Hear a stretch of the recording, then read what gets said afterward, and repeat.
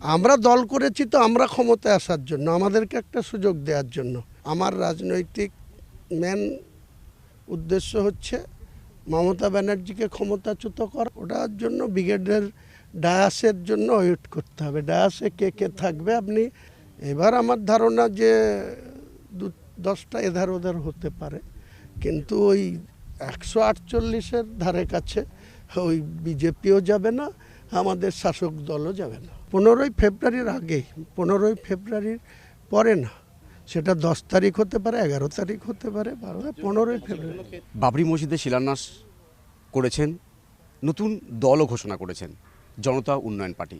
তবে বাবরি মসজিদে শিলান্যাসের সভা থেকে তিনি হুঙ্কার দিয়েছিলেন যে ব্রিগেডে সভা করবেন এবং সেখান থেকে ফিরহাদ হাকিমকে নিশানা করে বলেছিলেন যে কেএমসি 1 লক্ষ লোক নিয়ে যাব। আজ সেই ব্রিগেডের যে সভা করার কথা সেই মাঠ দেখতে এসছেন, পরিদর্শনে এসছেন হুমায়ুন কবির। আমি আগেই বলেছি যে লাস্ট উইক অফ জানুয়ারি যদি সেটা অ্যাভেলেবল না পাই, মার্চ যদি এনওসি না পাই, 2-4 দিন এধার ওধার হতেই পারে। সেটা ফার্স্ট উইক অফ ফেব্রুয়ারির বাইরে যাবে না, কারণ পরে পরীক্ষা আছে, মাইক বাজানোর পারমিশন পাওয়া যাবে না। ফেব্রুয়ারিতেই পরীক্ষা আছে মাধ্যমিক। এটার জন্য আমরা আজকেই যাব অফিসিয়ালি, মাঠের ডেট পেলে আপনাদেরকে জানিয়ে দেবো। একটাই এজেন্ডা, বাংলার মানুষের সঠিকভাবে উন্নয়ন করা। চাকরি বিক্রি করা হয়েছে এই সরকারের নেতৃত্বে, দুর্নীতিতে ডুবে গেছে এই সরকার। মমতা বন্দ্যোপাধ্যায়কে একদিন বাংলার মানুষ 34 বছরের বাম সরকারকে হটিয়ে ভরসা করেছিল, সে সততার প্রতীক ভেবেছিল। আজকে তিনার যে ভেতরের যে তেনার যে উদ্দেশ্য, তিনি 3বার মুখ্যমন্ত্রী হয়েছে। সেই 1952 সাল থেকে যে নির্বাচন, প্রথম থেকে ওনার আগে 2000 ও বিধান রায় বলুন, ডক্টর সিদ্ধার্থ শঙ্কর রায় বলুন, জ্যোতিবাবু বলুন, আর বুদ্ধবাবু বলুন, তারপরে বাংলার প্রথম মহিলা মুখ্যমন্ত্রী। তার নেতৃত্বে কত রকম দুর্নীতি হয়েছে। আমাদের লজ্জা লাগে যে রাজ্যের ক্যাবিনেটের 2জন সদস্য ইতিমধ্যে জেল খেটেছে, আরও একজন সদস্য আগামী দিনে জেল খাটবে, চন্দ্রনাথ সিনহা। ওয়েট করুন, সময়ের অপেক্ষা। বাকি ওই কালীঘাটের কাকু থেকে শুরু করে সুবীরেশ ভট্টাচার্যর মতো শিক্ষাবিদ, আরও অনেক শান্তিময় সিনহা থেকে শুরু করে অনেক নাম আছে, যারা বাংলাতে আজকে তাদের নামে ইতিহাস তৈরি হবে, যে দুর্নীতিতে ইতিহাস করেছে মমতা ব্যানার্জির নেতৃত্বে। সেটা মানুষকে বলবো, মানুষ কোনটা শুনবে কোনটা শুনবে না, কোনটা গ্রাহ্য করবে কোনটা করবে না, সেটা তো মানুষের বিষয়। গণতান্ত্রিক দেশে তো এটাই হয়। মানুষ যদি মনে করে এদের ছুঁড়ে ফেলার দরকার, ছুঁড়ে ফেলবে। মানুষ যদি মনে করে যে আরও এদের চুরি করার জন্য আরেকবার সুযোগ দেবে, তাহলে দেবে। কিন্তু আমি বলবো যারা কতগুলা চুরি করেছে, 10 লক্ষ টার্গেট আমার 10। চমকের কি আছে?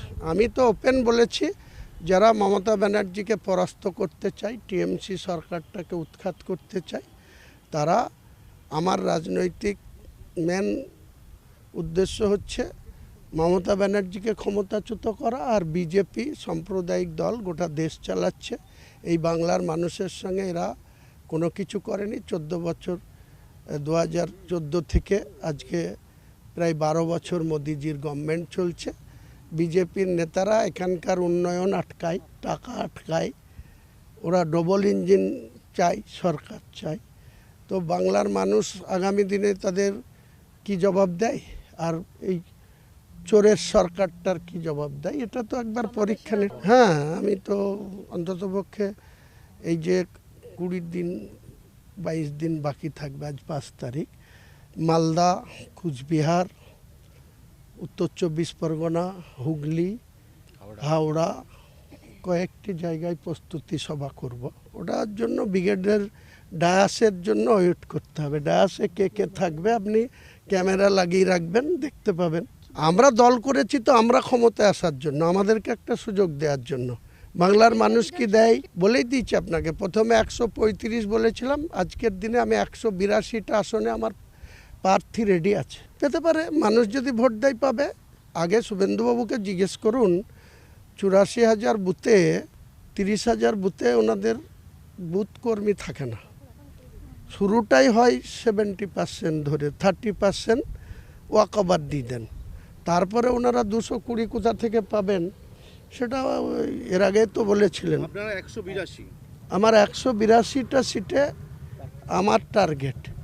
এইবার যদি আমাদের কোনো জোট সঙ্গী এসে আরও সংখ্যাটা বাড়ানোর ডিমান্ড করে, তাদের যদি সেই দাবি সঠিক মনে হয় তাহলে আলোচনা সাপেক্ষে আরও বাড়তে পারে।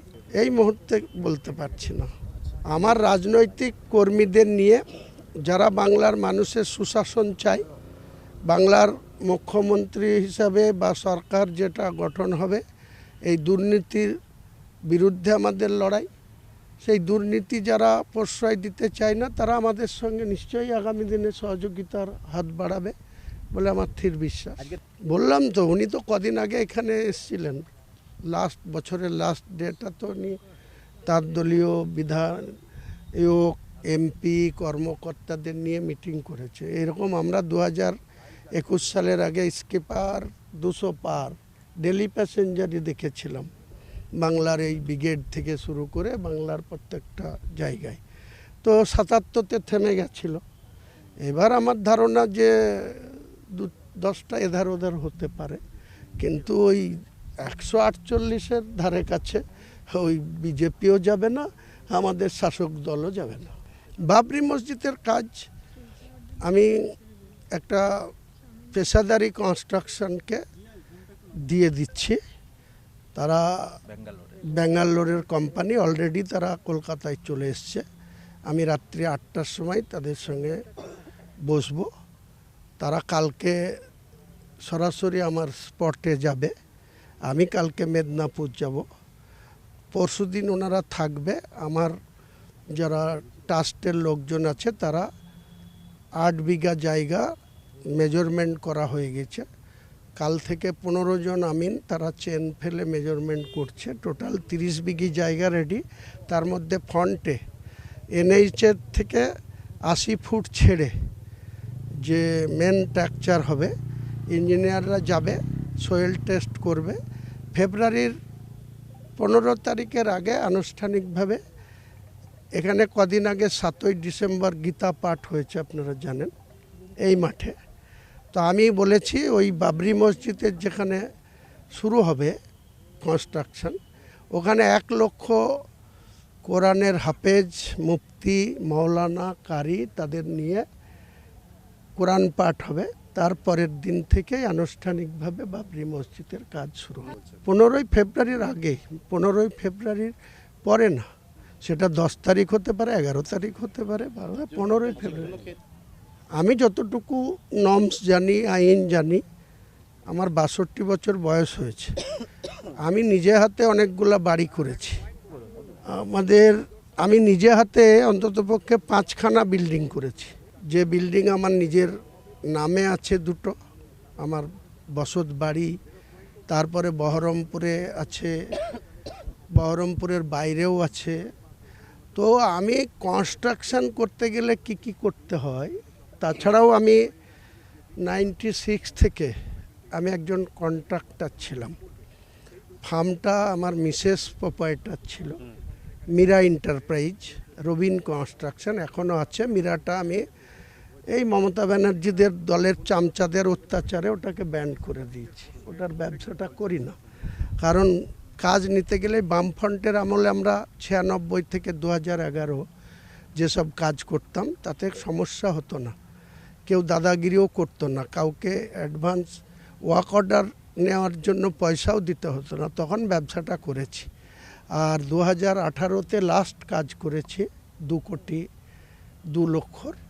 তাতে দেখা যাচ্ছে বিল করতে গিয়ে এদের চামচা অফিসারদের পয়সা, ওয়ার্ক অর্ডার নিতে গিয়ে এদের পয়সা, তার জন্য ঘৃণায় ওই ফার্মটাকেই আজকে ঠান্ডা ঘরে পাঠিয়ে দিয়েছি। ব্রিগেডের যে সভা করার কথা বলেছিলেন, তিনি ব্রিগেডের সভা করবেন, আজ পরিদর্শনে এসেছিলেন এবং সেখান থেকে তিনি স্পষ্ট বার্তা দিলেন যে এই সরকারকে উদ্ধার করাই তার একমাত্র মূল লক্ষ্য। ক্যামেরায় রবি দত্তের সঙ্গে বিশ্বজিৎ হালদার, ওঙ্কার বাংলা।